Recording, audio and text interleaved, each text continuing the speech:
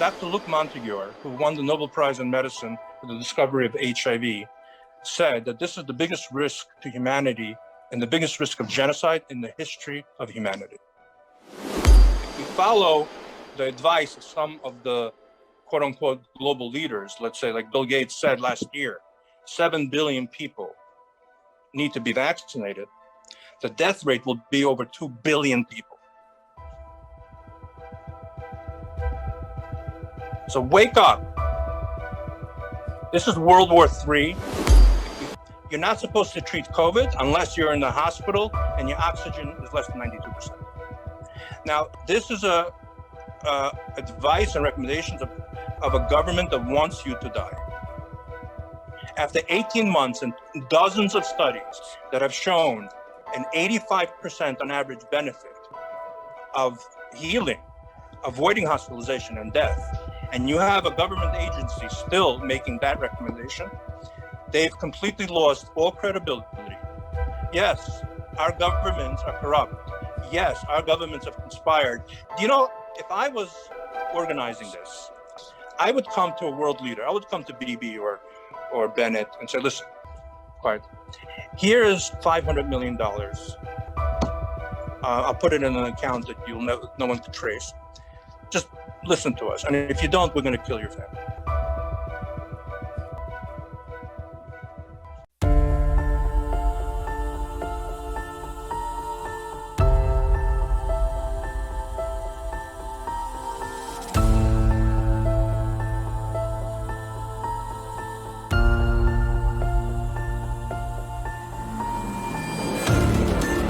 Well, I've been a journalist for about 25 years, and I was educated to lie, to betray, and not to tell the truth to the public. But seeing right now, within the last months, how the German and American media tries to bring war to the people in Europe, to bring war to Russia.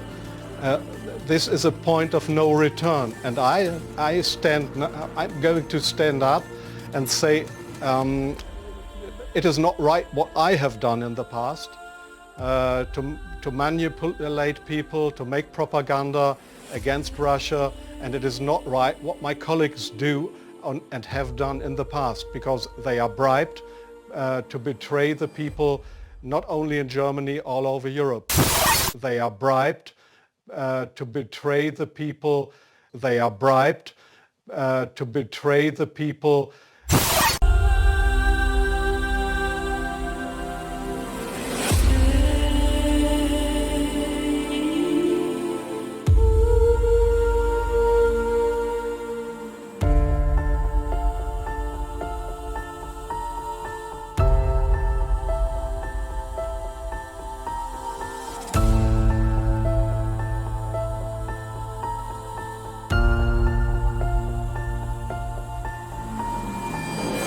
One of the hopeful things that I've discovered is that nearly every war that has started in the past 50 years has been a result of media lies. The media could have stopped it if they had searched deep enough. If they hadn't reprinted government propaganda, they could have stopped it. But what does that mean? Well, that means basically populations don't like wars.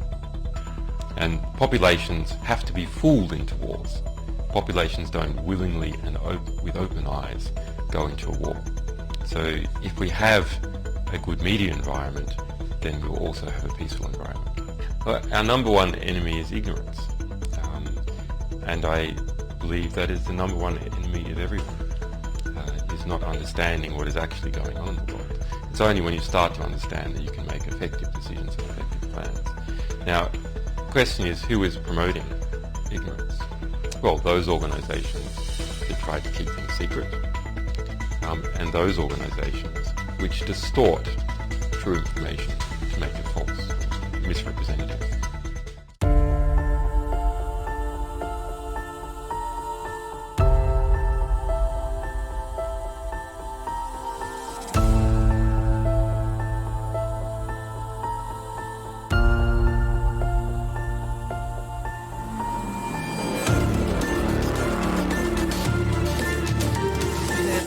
exactly. COVID, gangbusters are rated, right? Which is why we constantly have the death toll on the side, which I have a major problem with, that we're tallying how many people die every day. Because I'd even look at it and be like, let's make it higher. Like, why isn't it high enough, today? Like, it would make our point better if it was higher. And I'm like, there's no such thing as unbiased news. Any reporter on CNN, okay. What they're actually doing is they're telling the person what to say. It's always like leading them in a direction before they even open their mouth. And the only people that we will have on the air, for the most part, are people that have a proven track record of taking the bait. And the only people that we will have on the air are people that have a proven track record of taking the bait.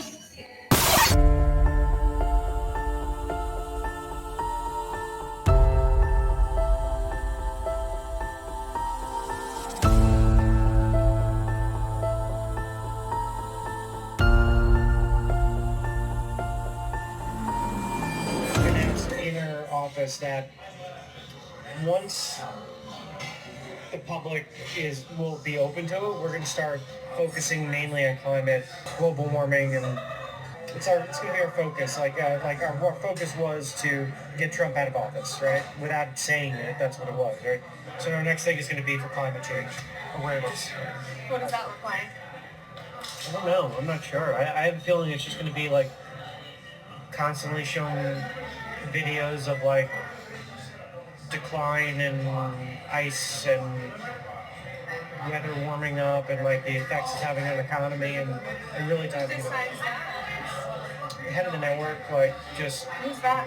Is that Zucker? Yeah. I imagine that he's got his council and they've all like discussed like where they think so that's like the next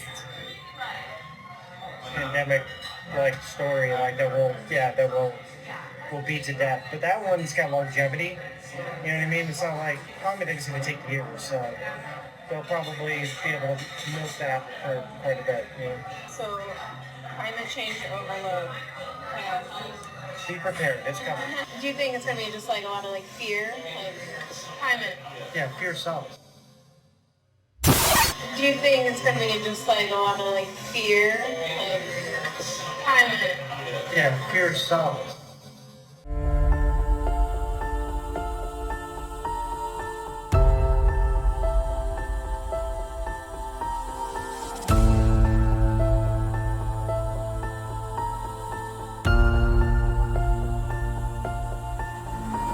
The sharing of biased and false news has become all too common on social media. More alarming, some media outlets publish things that simply aren't true without checking facts first. Unfortunately, some members of the media use their platforms to push their own personal bias and agenda to control exactly what people think. And this is extremely dangerous to our democracy. This is extremely dangerous to our democracy. This is extremely dangerous to our democracy. This is extremely dangerous to our democracy. This is extremely dangerous to our democracy. This is extremely dangerous to our democracy. This is extremely dangerous to our democracy. This is extremely dangerous to our democracy. This is extremely dangerous to our democracy. This is extremely dangerous to our democracy. This is extremely dangerous to our democracy. This is extremely dangerous to our democracy. This is extremely dangerous to our democracy. This is extremely dangerous to our democracy. This is extremely dangerous to our democracy. This is extremely dangerous to our democracy.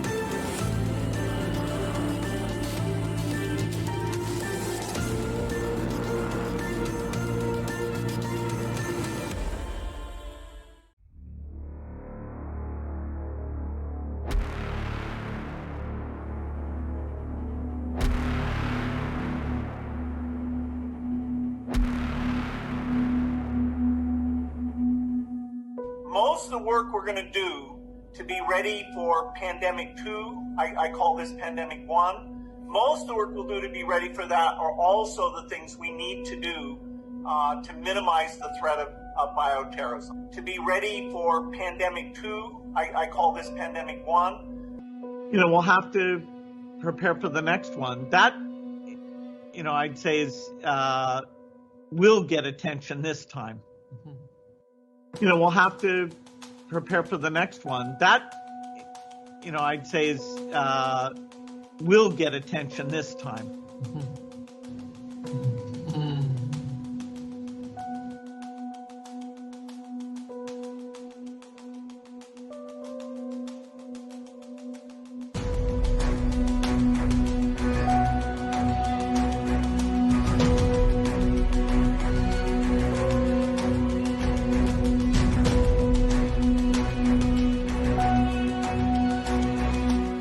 Expliciet werk je al om ons in ieder geval op weg te helpen mocht er een tweede pandemie komen. Maar eigenlijk als ik goed volg wat je al jaren zegt, dan is de kans dat een tweede pandemie komt heel erg groot.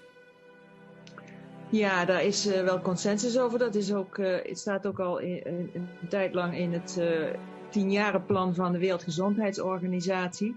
10-jarenplan van de Wereldgezondheidsorganisatie. Dus daar stond, bereid je voor de komende 10 jaar, er gaat een grote infectieziektecrisis komen. Nou, dit was jaar 1.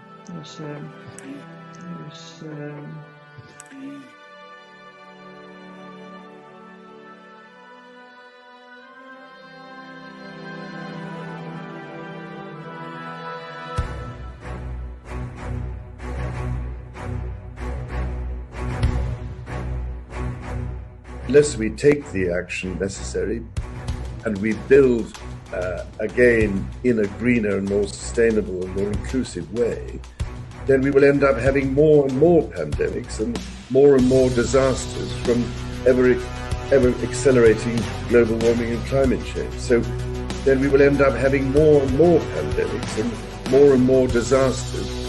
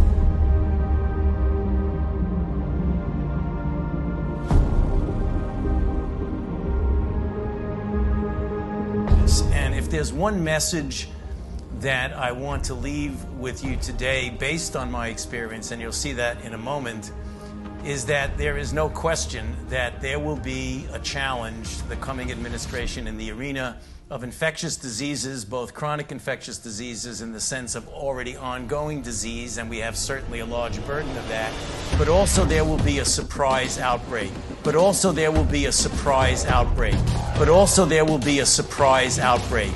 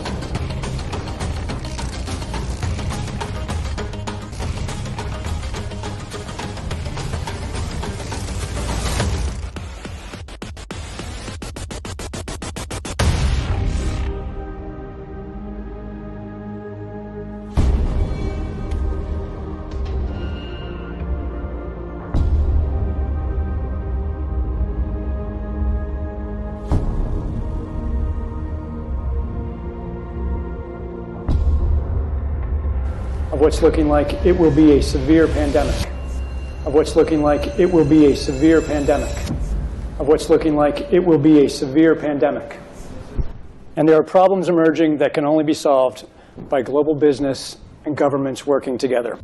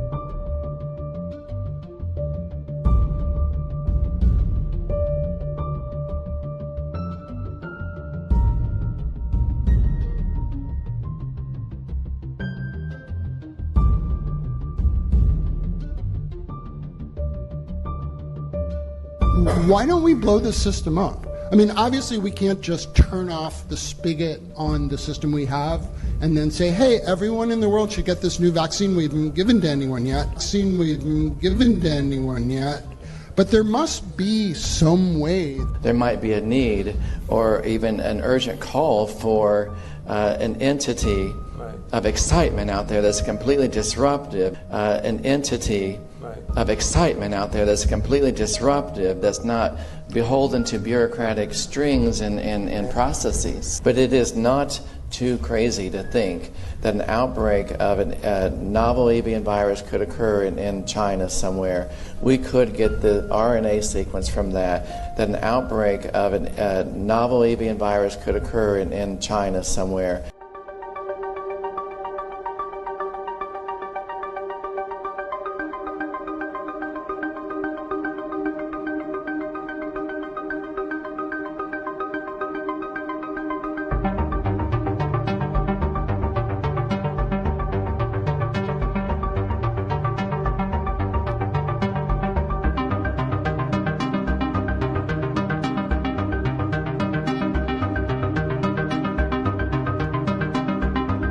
And then you have one opportunity to do it right. I mean, day one is so important. In day one, you start your communication with the press, with the people, and you have to do it right. I mean, you have to go for one voice, one message. You have to be omnipresent that first day or the first days, so that you attract the media attention. You make an agreement with them that you will tell them all, and if they call, you will pick up the phone. When you do that, then you can profit from these early days to get complete carpet coverage of the field, and they're not going to search for alternative voices. voices there, and they're not going to search for alternative voices there. I used there Sir Donaldson's quote, where he said that in the UK, by the peak of the epidemic, 40 people would die per day at the end of the summer. So 62 at that time million people in UK, 40 deaths a day. I worked it out for Belgium. That would be 7 deaths a day at the peak of the epidemic. I used that in the media. 7 Belgian flu deaths per day at the peak of the epidemic would be realistic. That is true in every year, even interpandemically. That is very, very conservative. However, talking about fatalities is important, because when you say that, people say, wow, what do you mean? People die because of influenza? And that was a necessary step to take. And then, of course, a couple of days later, you had the first H1N1 death in the country, and the scene was set and it was already talked about.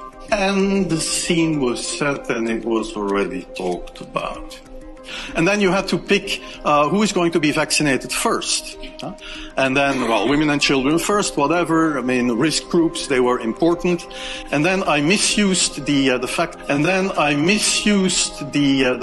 that the top football soccer clubs in Belgium inappropriately and against all agreements vaccinated they made their soccer players priority people. So I said I can use that. Because if the population really believes that this vaccine is so desirable that even the soccer players would be dishonest to get their vaccine, I said, okay, I can play with that. So I made a big fuss about this. This is Van Ranst is raving mad. But it worked.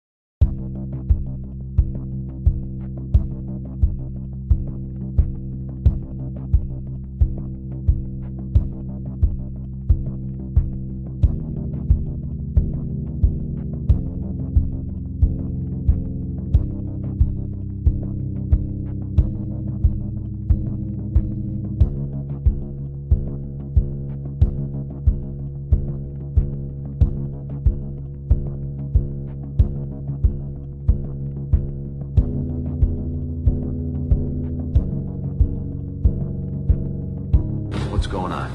Just let me think about where to start. Well, he saw something. What is it? I saw a virus. I think some kind of disease. A virus? Like what? Like SARS? I don't know. All I know is that it's highly infectious and it may be fatal. Right now, we could all be infected. We need to make sure that everybody that's inside stays inside. I'm gonna get a few deputies on it. We'll call it a lockdown. Lockdown? No, you cannot lock the school doors with... This is for your family's safety. Maybe we should wear masks. I'm gonna swab the inside of your mouth with this little Q-tip. Damn efficient airborne transmission. It causes high fever and respiratory distress. Whatever it is, it originated in China. I'm authorizing a quarantine on everyone who's come in contact with a symptomatic person. This is your virus. I'm sorry, but there's no cure for that.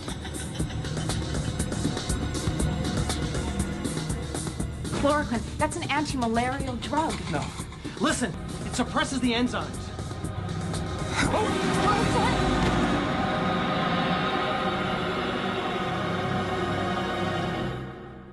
Welcome back, you damn fool.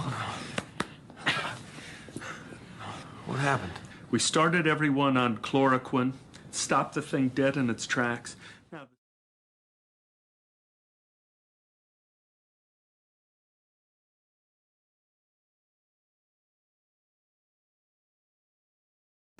I wish I wasn't afraid all the time, but I am.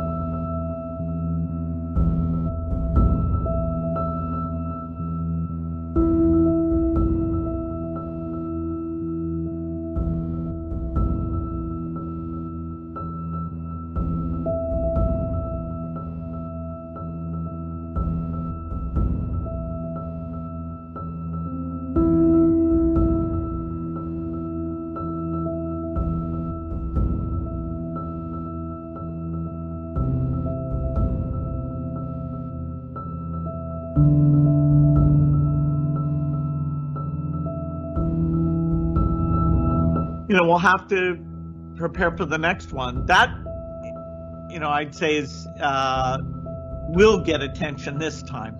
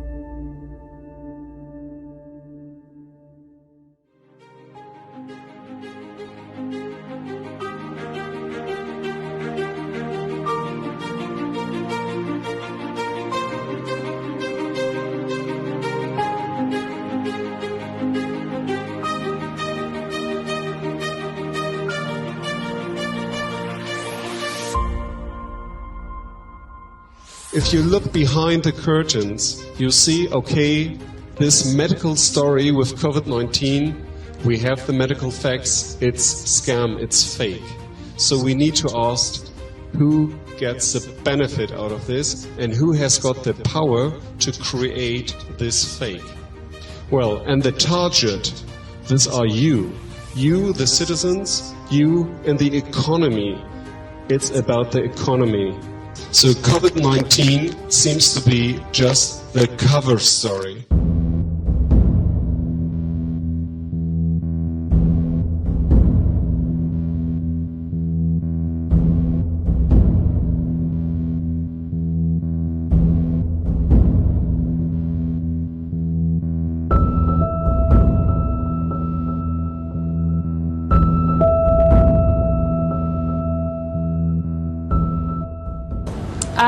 We will be looking at what contact tracing looks like in the New World Order. Yes, it will be pubs and clubs and other things if we have a positive case there.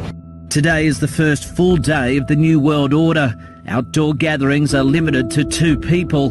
Exercise is allowed, but no further than a 10-kilometre radius from your home. Browsing in shops is not permitted. Only one person per household may leave to do essential shopping. And from tomorrow, funerals are limited to 10 people. So you can expect that we will have transmission from time to time, and that's just the way it is. We've got to accept that this is the new world order. We've got to accept that this is the new world order. The new world order. Our army comes marching in, partnering with police to help enforce the country's tough new quarantine laws. And also the new world order that will come into force at 12 p.m, at midnight tonight. New restrictions on various businesses. Stay with us.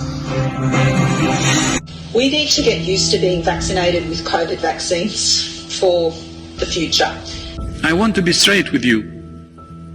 There will be no return to the old normal for the foreseeable future. I repeat, there will be no return to the old normal for the foreseeable future. So people assume we are just going back to the good old world which we had, and everything will be normal again in how we are used to normal, in the old fashion. This is, let's say, fiction. It will not happen. A vaccine on its own will not end the pandemic.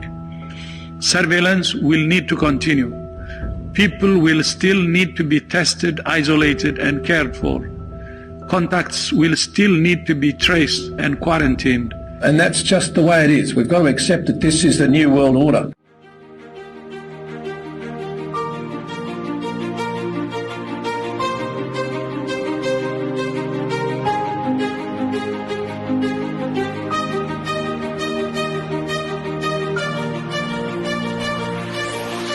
Hello, everybody. I'm Dr. Simone Gold.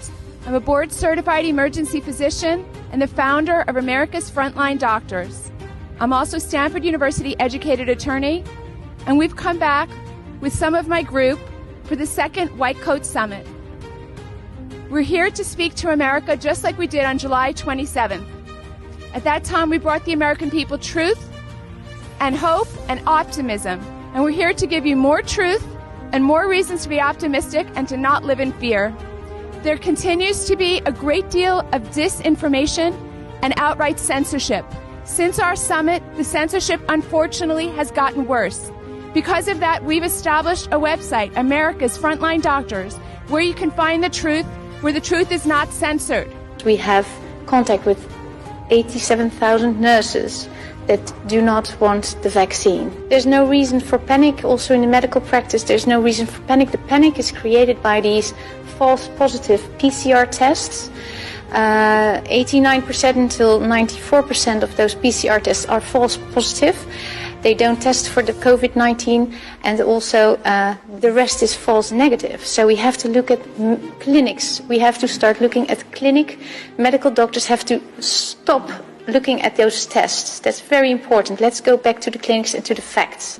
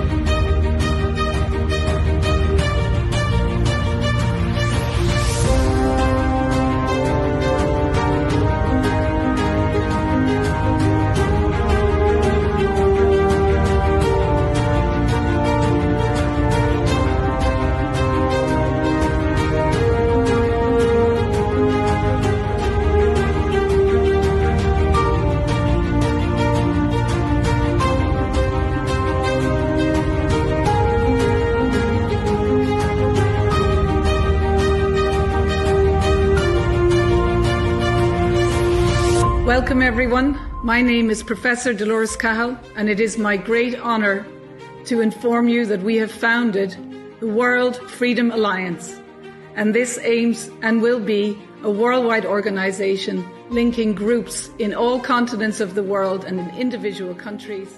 We have a group in 20 countries. It's called comusaf.com. So it is. There are more than 4,000 doctors using it in more than 22 countries. I have to say exactly now.